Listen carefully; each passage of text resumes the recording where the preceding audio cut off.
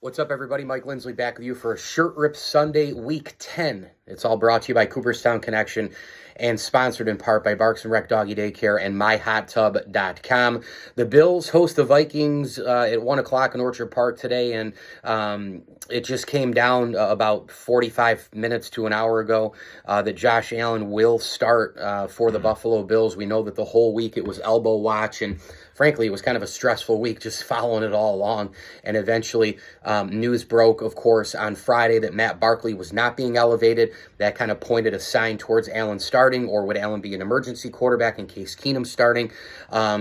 Word is from ESPN, and you know, I kind of had a feeling once Barkley wasn't elevated that Josh Allen was going to be the starter. I didn't think he would start. That was just a guess. Everybody was guessing, including me, but he is going to go. Some of the keys in this game, obviously, this is going to be kind of a weird, wet type of game. I was texting with my cousin Kyle earlier, and I agree with him. He said it's just a weird game today. I have a feeling of that. Just win, and he couldn't be more right. The Bills have got to stop the run first and foremost. I mean, Dalvin Cook is one of the best running backs in the NFL. They've been giving up tons of yards to the Jets. They've got Nick Chubb coming up. They've got the Patriots twice. There's going to be a lot of teams out there looking for that Jets blueprint from last week, which was just run the football like crazy, have your quarterback game manage, get it out quickly if he's not elite, let your defense take over, hope that somebody makes a couple of bad mistakes, which Allen did last week with the 2 bad picks, and then go from there and try to win a close game in a backyard brawl. That's what the Jets did last week. That's what a lot of teams are going to try to do.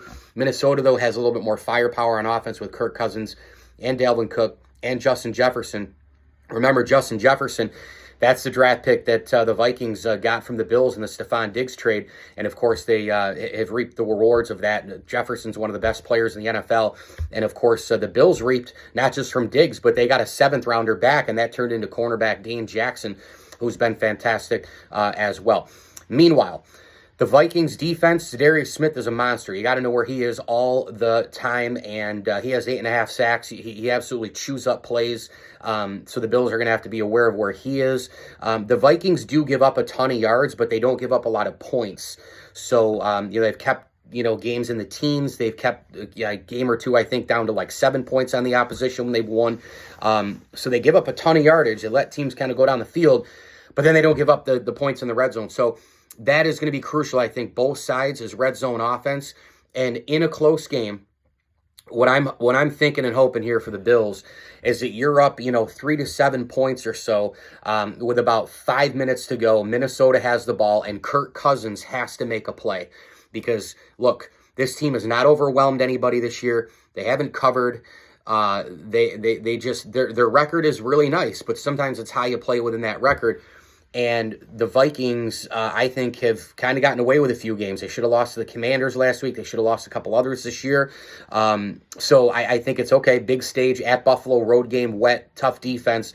Let's see what Kirk Cousins has in store here. Again, I don't know how much they're going to use Josh Allen. Is he going to be able to unleash balls way down the field? I was expecting a short, intermittent kind of game with Case Keenum dumping it off to running backs like James Cook and Nyheim Hines, try to get him in space, and that still may be the idea here for the Bills.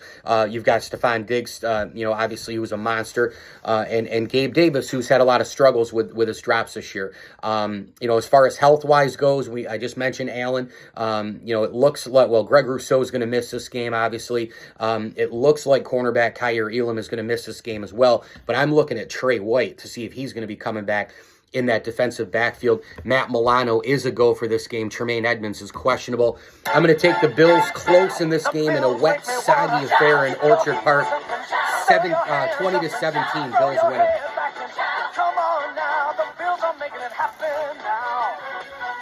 Make sure you get all of your apparel at Cooperstown Connection, best in the USA, and Main Street in Cooperstown. They've got the awesome quarter zips and the salute to service. They've got hats and memorabilia and more.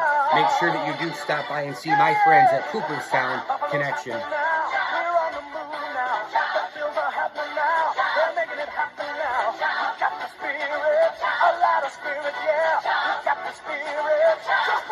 Will the Bills go to Devin Singletary a little bit more today in the run game as well? That's a question to ask.